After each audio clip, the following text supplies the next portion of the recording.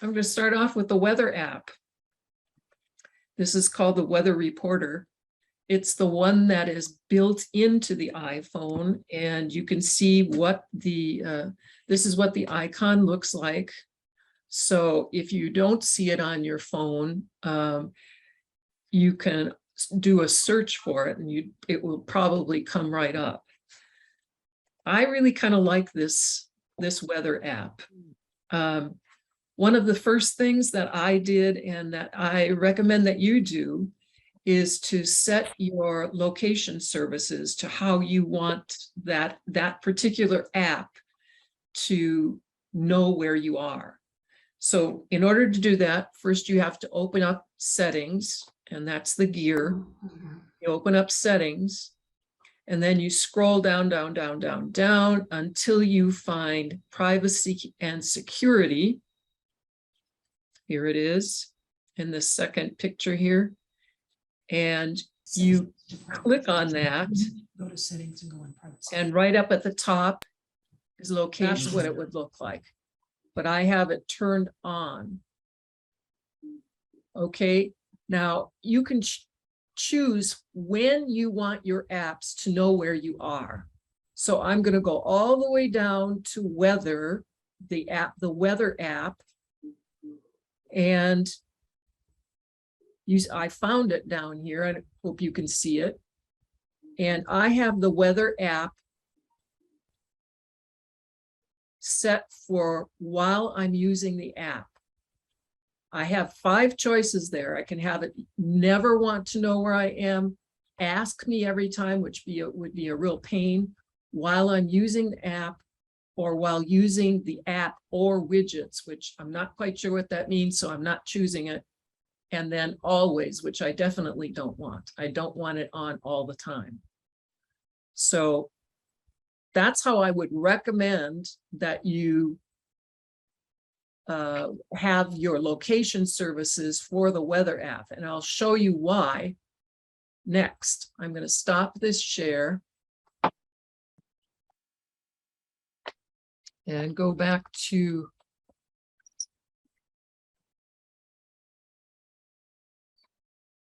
okay, so we went through that. Location services, weather, and while you're using the app. Now you're going to get a copy of this so you can follow exactly how to do it. So one of the reasons why it's great to have the location services know where you are is because the first, or the weather app to know where you are, is because the first screen that'll come up is wherever you are at that point.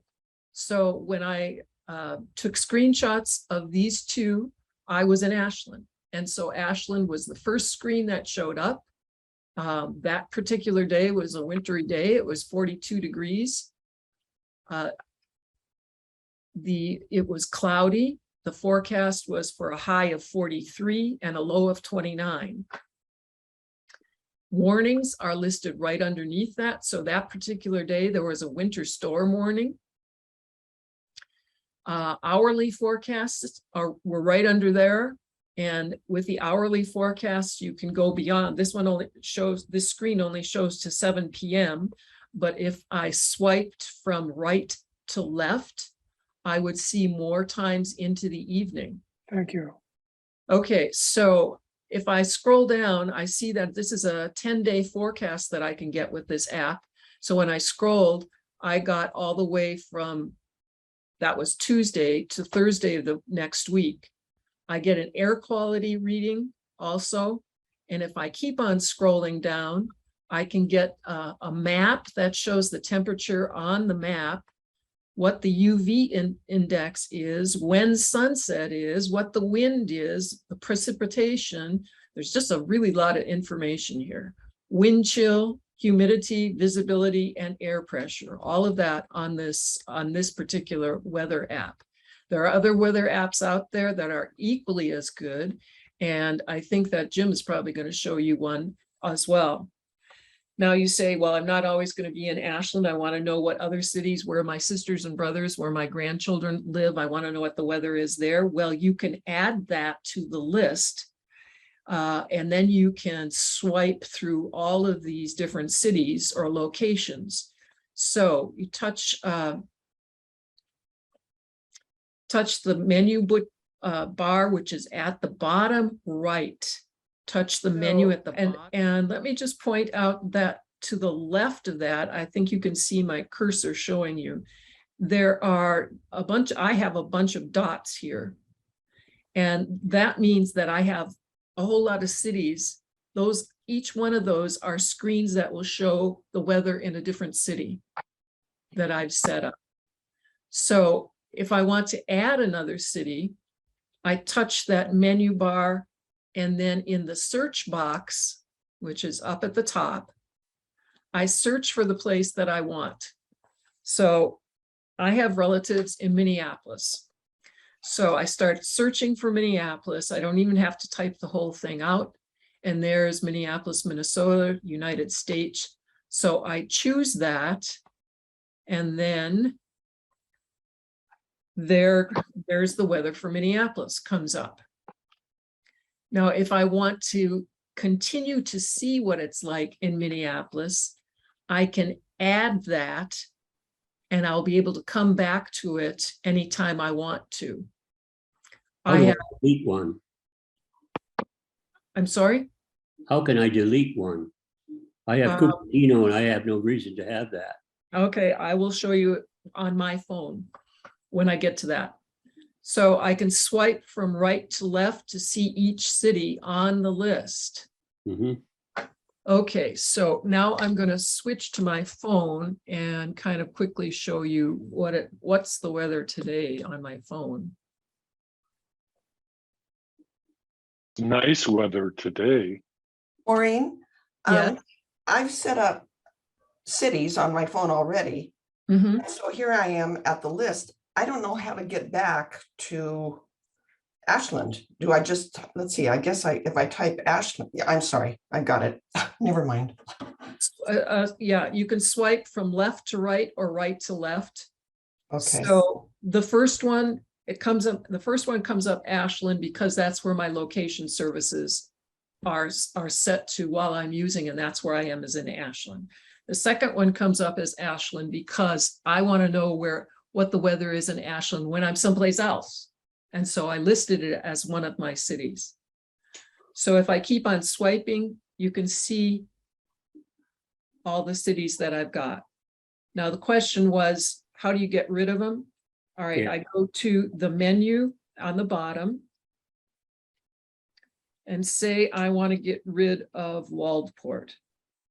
I swipe from left to right, and you see that how it turns red, Larry? I Okay. swipe from left to right to see how it turns red, and you have the trash can. And so you can Yes. put the trash can and get rid of it. Now to go back to the cities, go back to my location, I just touch on whatever city that I want to see, and it comes back up. So let's take a look at New York, 54 degrees, high 55 today, scrolling down. Their sunset's going to be at 6:09. Looks like their low temperature is going to be in the 40s overnight. Thursday, here's the 10-day forecast. Their air quality is 43 and is good. They've got some precipitation that looks like it's coming. 0 UV index, 13-mile-an-hour wind. No precipitation in the last 24 hours. Visibility is 24 miles. So I'm going to go back to Ashland, and let's just take our air quality is about the same as theirs, which is higher than it was yesterday. Our UV is definitely higher, but it's still only 4. Our visibility is 33 miles. So how about that? So does anyone have any questions about this particular? Oh, yes, forgot about that. Whoops, what did I do? I lost it. So